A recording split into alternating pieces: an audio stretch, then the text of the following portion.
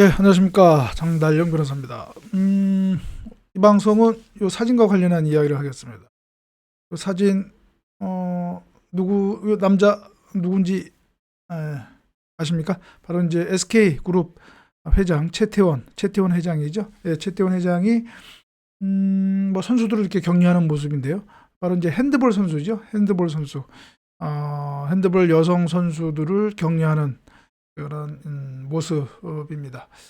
오늘 이 방송은 핸드볼, 제가 아마 핸드볼 관련해서 이렇게 멘트를 하는 거는 처음인 것 같은데, 이 핸드볼 관련해서 이야기를 할까 합니다. 바로 핸드볼 프로화, 핸드볼 프로화와 관련한 이야기인데요.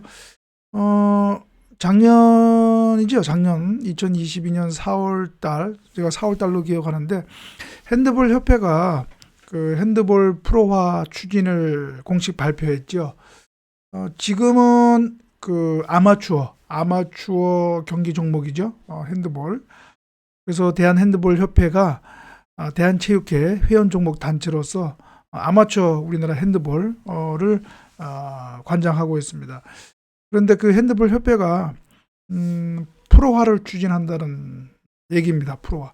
지금 우리나라 프로화가 된 종목은 뭐 축구, 야구, 그다음에 배구, 농구, 그다음에 뭐 골프도 볼 수 있고요. 이제 몇 종목이 있는데 거기에 이어서 이제 구기 종목으로서 이제 그 핸드볼도 프로화를 추진하겠다라고 하는 것입니다.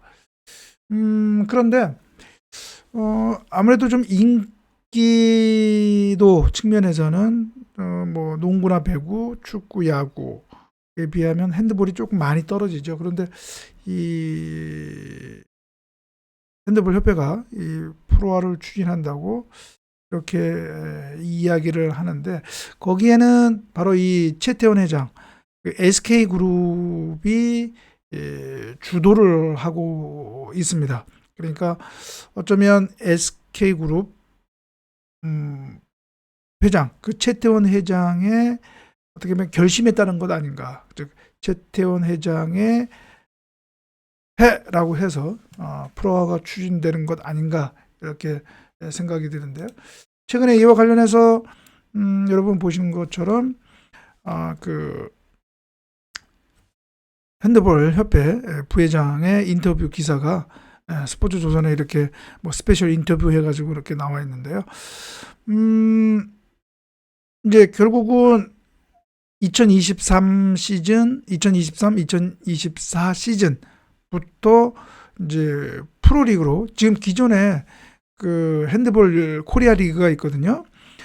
실업 리그라고 할 수 있는 핸드볼 그 코리아 리그가 있는데, 그것을 이제 프로로 출범을 해서 운영을 하겠다라고 하는 것입니다. 그래서 그거 관련된 박현 대한핸드볼협회 부회장의 어떤 그런 그 향후 계획, 이런 것들을 지금 이 기사는 실었는데요.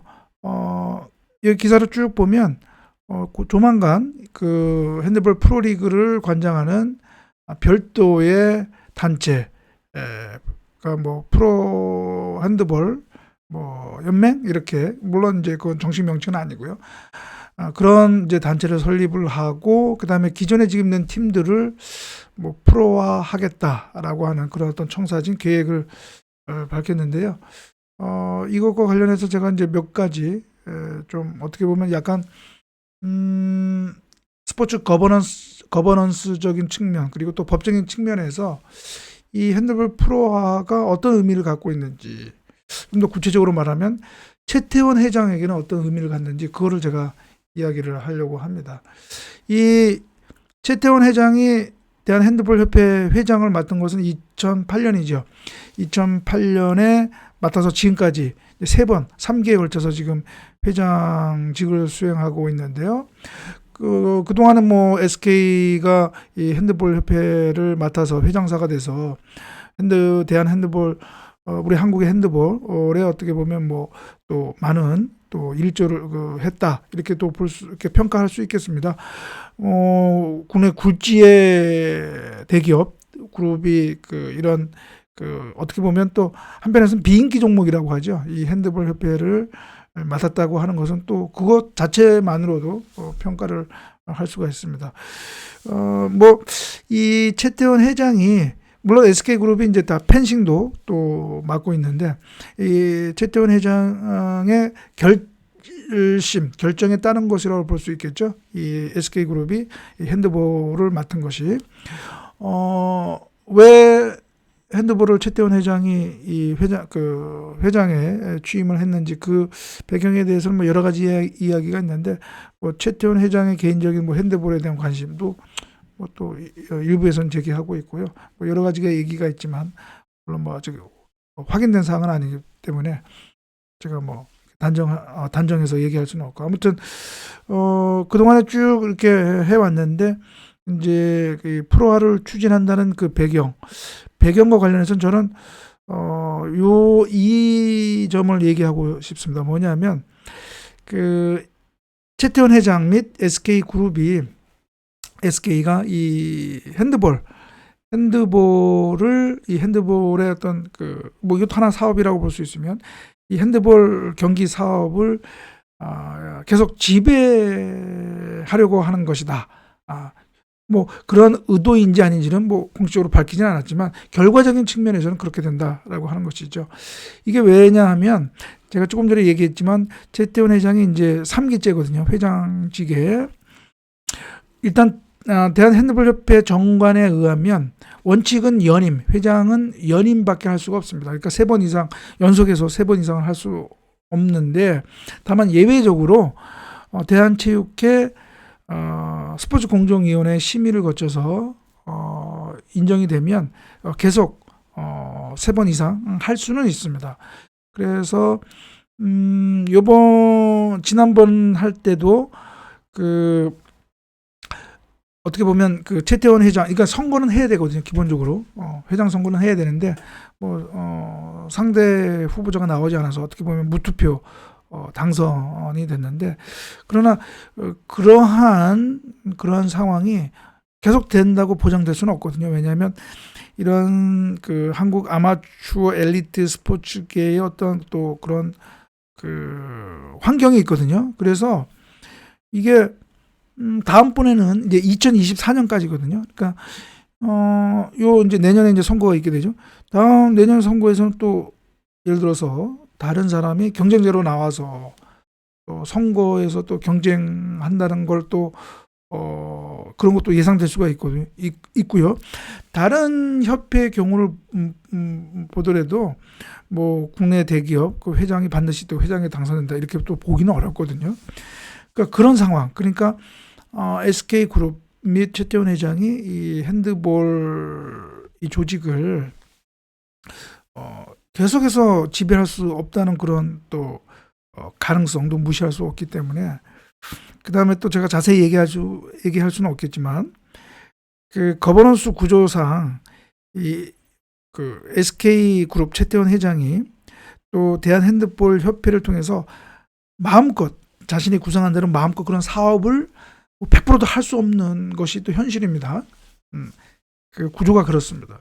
그렇기 때문에 계속 핸드볼 성인 핸드볼 경기 사업을 계속 SK하고 최태원 회장이 그것을 생각한 대로 마음껏 그것을 이끌고 또 그 조직을 지배하려면 지금의 대한체육회 아래에 산하의 회원 종목 단체보다는 거기에 지배를 받지 않는 그 체제에 속하지 않는 별도의 프로 연맹으로 하는 것이 낫다는 거죠.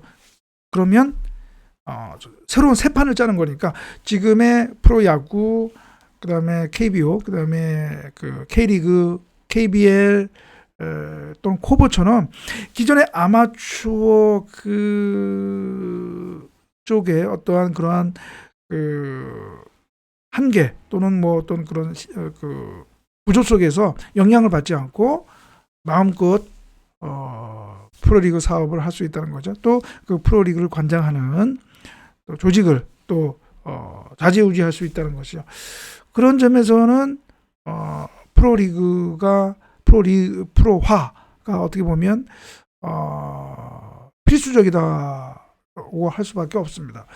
그래서 결국 이제 프로화가 이루어지면 결국은 지금 프로화가 SK 그룹, 그러니까 SK가 이제 주도해서 하는 것인데요.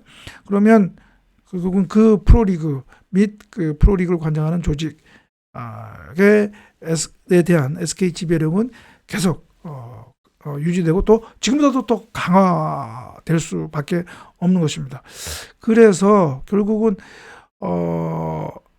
결과적으로는 만약에 프로화가 이루어진다면 결과적으로는 이런 그 측면에서는 이런 어떠한 결과적 측면에서는 그러한 프로화의 어떻게 보면 그 배경, 백그라운드에는 그것이 있다. 최태원 회장님의 SK의 그런 의도가 있지 않느냐 이렇게 충분히 생각할 수가 있는 것입니다. 결국은 또 이 만약에 이제 그 핸드볼 프로리그가 출범이 한다면 관건은 이제 과연 이제 성공할 수 있느냐, 뭐 프로축구, 프로야구만큼은 아니더라도 아마 이제 하게 되면 가을 또는 늦가을 또는 초봄 그 시즌이 될 것입니다. 예. 그 시즌하고는 프로 배구, 프로 농구와 이제 경쟁을 할 수밖에 없거든요. 그러면 글쎄 그 프로 배구나 프로 농구만큼 어떻게 보면 미디어나 팬들의 어떤 관심을 받을 수 있겠는가? 그것이 이제 어떻게 보면 그 프로화의 성공의 관건이 될 텐데요. 지금 그와 관련해서 지금 현재 그 핸드볼 코리아 리그에 참여하고 있는 이제 실업팀이라고 볼 수 있죠. 그 팀이 남자부 같은 경우는 두산하고 지금 여러분 화면에 두산하고 그 SK 호그스, SK 그룹의 팀이라고 할 수 있겠죠. 두 팀을 제외하고는 하나, 둘, 셋, 넷 이제 네 팀이 이른바 이제 실업팀입니다. 그러니까 인천도시공사, 충남도청, 하남시청, 그러니까 시도팀이라고 할 수 있겠죠. 뭐 상무는 그냥 상무팀이니까 이제 그렇고. 그 다음에 또 여자부도 마찬가지고요. 여자부도 마찬가지로 그 SK 그룹 팀이라고 할 수 있는 SK 슈가 글라이더스하고 글라이더스를 제외한 나머지 팀들 있죠. 하나, 둘, 셋, 넷, 다, 일곱 개 팀은 다 시도팀입니다. 시도팀이 되는 것이죠. 뭐 경남개발공사는 뭐 경남 지자체 팀이라고 봐도 되고요. 또 삼척시초팀 이렇게 있습니다.